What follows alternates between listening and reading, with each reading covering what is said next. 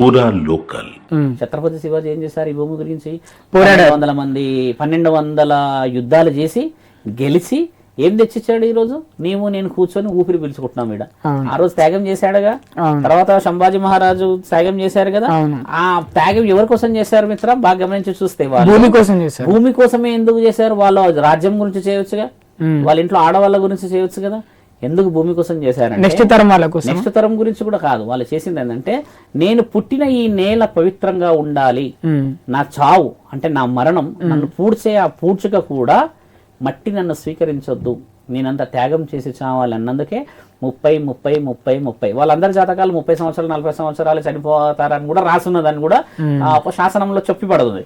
ఇలా భూమి కాపాడుకోవడానికి అని చెప్పేసి పుట్టలేదు వాళ్ళు. నా భూమిని చిన్నాభిన్నం చేయడానికి వచ్చిన వాళ్ళని నా జాతి, నా నీతి, నా నియమం, నా సనాతనం, నా యొక్క ధర్మం, నా ఇతిహాస పురాణం నాకు ఋషి పరంపరలో దైవాధీనమైన శక్తులని భావి తరాలకి కమ్మని పండునియడానికని చెప్పి వాళ్ళ గురువుల ద్వారా నేర్చుకున్న ఆ విషయ వివరణలో మనల్ని వచ్చి ఇబ్బంది పెట్టినప్పుడు నా తర్వాత తరం వచ్చిన వాళ్ళు ఒక రాజ్యం సువిశాలంగా ఉన్నప్పుడే అడ్డుకోలేకపోతున్నాం, తట్టుకోలేకపోతున్నాము, ఆయన గారు ఏదో చేయాలని అనుకున్నప్పుడు మరి ఆ రాజ్యంలో ఉన్న వాళ్ళందరూ లేని సమక్షంలో ఆ రాజ్యం ఎంత చిన్న భిన్నమవుతుందని ఊహించి భవిష్యత్తు ప్రణాళిక వేశారు. వాళ్ళు వేసిన దాంట్లో గెలిచారు ముమ్మటికి. తర్వాత ఎన్నో జరిగాయి, ఎన్నో విషయాలు జరిగాయి. సినిమాల్లో చాలా చూస్తున్నాం మనం చరిత్ర మాట్లాడుకుంటున్నాం, ప్రస్తుతంలో ఉన్నాం. ప్రస్తుతంలో మీకు ఎప్పుడైనా బాధ అనిపించిందా? అంటే ఏంటి ఇలా నా మతం ఇప్పటికి కూడా, అంటే నా ధర్మం, నా మతం ఈ విధంగా ఒక్కొక్కసారి అంటే కొన్ని టెంపుల్ల మీద వీటి మీద దాడులు జరిగినప్పుడు ఇక్కడే పుట్టింది సనాతన ధర్మం, ఇక్కడే అందరినీ బ్రతికిస్తుంది సనాతన ధర్మం, మరి అలాంటి సనాతన ధర్మం మీద దాడులు జరుగుతున్నాయి అన్నప్పుడు ఏమన్నా బాధ అనిపించిందా? ఈ ప్రస్తుతం అనిపించడం కాకుండా మనం చేయాల్సింది ఏంటంటే, ఒక సాధువు లక్షణమైన ఒక గురువు లక్షణమైనా సరే బాధపడితే ప్రతిఫలం రాదు. భవిష్యత్తు ప్రణాళిక వేసిన వాళ్ళే సాధువులు కావాలి. భవిష్యత్తు ప్రణాళిక అంటే ఏమిటి? మీరు ఎలాంటిది? నీ ధర్మాన్ని కాపాడుతూ పరధర్మాన్ని గౌరవించడం. అప్పుడే నీ ధర్మం గౌరవమైందా కాదా తెలుస్తుంది. మన శాసనంలో ఒక గురు సాధకుడిని మొదటి లక్ష్యం ఏంటంటే పరాయి మతాన్ని కించపరచకూడదు. ఇదైతే రాసింది కదా.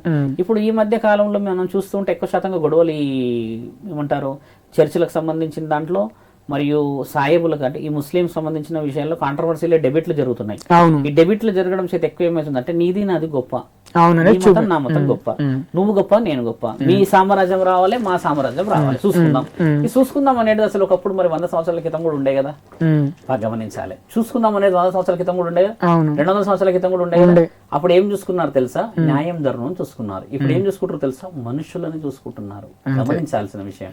ఇప్పుడు ఒక పాస్టర్ని కార్నర్ చేశాం, లేదా ఇంకొక వ్యక్తిని కార్నర్ చేశాం, ఆ వ్యక్తి మనల్ని కార్నర్ చేశాడు కదా. ఇది వ్యక్తిని కార్నర్ చేస్తున్నారు, అంతేగాని ధర్మాన్ని ధర్మం మీద లేదు శంకరా. ధర్మం చెప్పే మొట్టమొదటి వాడే నీ ధర్మాన్ని నువ్వు కాపాడుతూ పరధర్మాన్ని గౌరవించిన వాడే నిజమైన గురువు. మరి ఆ వ్యక్తులను ఇప్పుడు నమ్మచ్చు అంటారా? అలా ఎలా నమ్ముతారు మీరు? దానికి అర్థం లేదా? ఇప్పుడు నీ మతం గురించి నువ్వు గొప్ప చెప్పినప్పుడు ఆయన ఇంకో మతం గురించి గొప్ప చెప్తున్నాడు అంటే నీ మతం గురించి నువ్వు గొప్ప చెప్పుకునే హక్కు నీకు ముమ్మాటికి ఉంది శంకరా. లేదంటావా? నా రక్తం ఇది, నా భూమి చెప్పుకోవచ్చు. కానీ ఇక్కడ వేరే వ్యక్తిని కూడా గౌరవించి నేను అంతే కానీ నెత్తిని పెట్టుకోమంటలేం కదా. మీకు ఎప్పుడైనా తెలియకుండా మీరు వేరే ధర్మాన్ని ఎప్పుడైనా తక్కువ చేసి మాట్లాడారు? ఎప్పుడు మాట్లాడడం? మేము అసలు ఇంతవరకు నేను మాట్లాడలేదు కదా. ఏ ధర్మం గురించి నేను ఎప్పుడు మాట్లాడాలా? నేను మాట్లాడేది ధర్మం గురించి మాత్రమే మాట్లాడతా. ధర్మం గురించి ఎట్లా మాట్లాడతానంటే, మీరు అన్నట్టుగా మతాన్ని విభజించో లేకపోతే ఇంకొకరిని విభజించో మాట్లాడినవాడు సాధకుడు కాదు. నేను చెప్తుంది ఏంటంటే మిత్ర, మీరు గమనించి చూడాల్సింది, మనం హిస్టరీ మాట్లాడుతున్నాం, we're talking about history. Shivaji Maharaj దగ్గర ఎంతమంది ముస్లింస్ సైనికులు ఉన్నారు? సైన్యాధిపతే ఉండేవాళ్ళు కదా. మరి అప్పుడు ముస్లింస్ పైన యుద్ధం జరిగిందా? ధర్మం మీద యుద్ధం జరిగిందా? ధర్మం మీదే కదా, ముస్లింస్ మీద జరగలేదు. అంటే ఆ టైంలో వాళ్ళు ఆలోచించేది ఎదుటి వారిది ముస్లిం రాజ్యమైనా కూడా, ఇస్లామిక్ రాజ్యమైనా, ఇది హిందూ రాజ్యమైనా ధర్మం మీదనే పోరాటం జరిగింది కదా. ఈ 30-35 సంవత్సరాలలో ఏం జరిగింది మరి అని అంటే, మళ్ళీ మెకానే సిస్టమ్ ఇక్కడ అప్లై అవుతున్నది. శాస్త్రం, ఇతిహాస పురాణం, తాళపత్రాలు, తాళ గ్రంథాలు మన దగ్గర రాసున్న శ్రీరాముడి యొక్క గుడి పడ్డది కదా. ఆ తర్వాత మొదలైనాయి కొన్ని వైరాలు. ఎలా మొదలయ్యాయి? ఎందుకు మొదలయ్యాయి? ఇప్పుడు ఒక రాజ్యం మొదలైంది. మన అయోధ్య 500 సంవత్సరాల క్రితం బాబ్రీ మస్జిద్ గురించి ఒక గొడవ అయింది. అయోధ్యలో ఉన్న వాళ్ళు చాలా మంది ఉన్నారు స్వామి.